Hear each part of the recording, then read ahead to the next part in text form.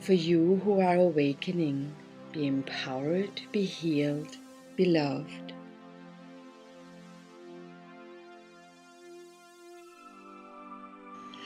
How do you turn symptoms into resources? First of all, you need to understand what is a symptom. How do you notice that you have it? It causes suffering, it causes pain, it's keeping you from being happy and healthy physically, emotionally, energetically, mentally, relationship-wise, and also spiritually. So there's a danger that you might say, everybody has that, or that's normal at that age, or with that circumstances, or we can't do anything about it anyway, I have to learn to live with it. And this is not so good. So I will show you 3 steps that turn your symptoms into your resources. You can turn it around. The first step is stop ignoring it or finding those excuses and explanations for not doing anything about it, and start to admit that it's bothering you. So it takes a lot of courage for that, but I'm sure you have that. The second step is start to improve your relationship with it by communicating. How do you communicate? Ask the right questions. I give you 5 examples. You talk to it, to your symptom. If you had a voice, what would you say? The second question could be, what's the reason for you being here? The third question could be, what do you want to teach me? The fourth, what do I gain from you? And the fifth question could be, what do you need from me in order to be happy? The third step is then to integrate those answers into your life. How does that look like? I give you an example. Let's take as a symptom, let's take addiction as a symptom, as an example, because it's so common. We can be addicted to everything, to drugs, alcohol, to not eating at all, like anorexia, or overeating, or bulimia. We can be addicted to work, gambling, suffering and pain, and we can be addicted to any pattern in our life. So now it's important that we identify it as an addiction and we admit it. Then we start to communicate with it by asking the right questions. And then the third step is we integrate the answers into our life. But in order to do that, we have to listen to those questions, to those answers. So I gave you the first question already. If you had a voice, what would you say? So the addiction could answer back, you have a lack of whatever. The second question was, what's the reason for you being here? The addiction could say back, could answer, I'm here to heal you, to make you whole again. The third question was, what do you want to teach me? The addiction would say, you know what, you deserve better.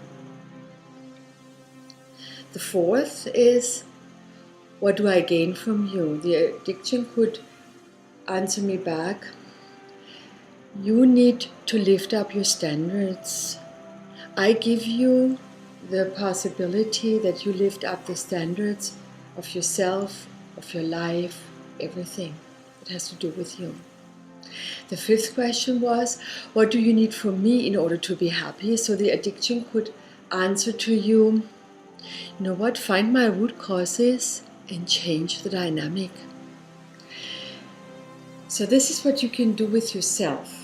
I now want to go beyond that, where you actually need an ally to go deeper into that whole understanding and healing process.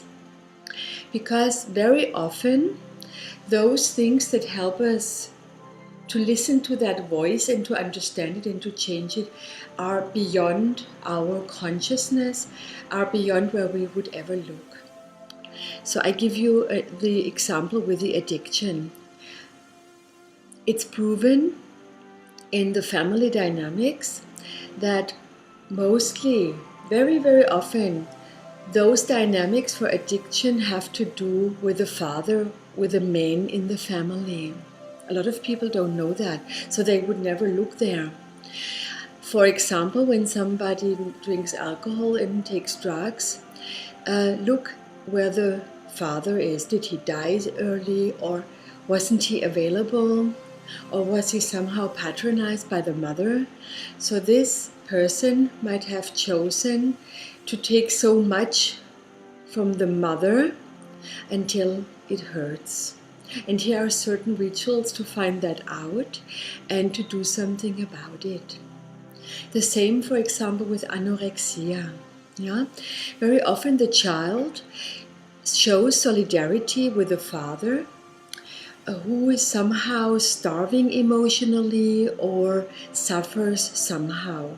So by not taking food from the mother at all, the child wants to draw the attention from the mother to the father's suffering and shortcomings. So a lot of people don't know that, so you would never look there.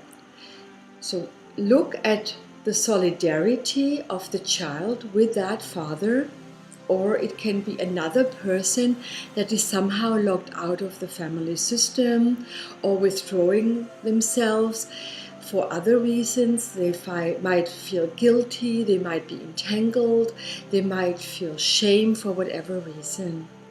Very often it is the father who is somehow pulled out of the system, somehow looking for somebody else, or is still very attached to the original family, or is missing a loved person.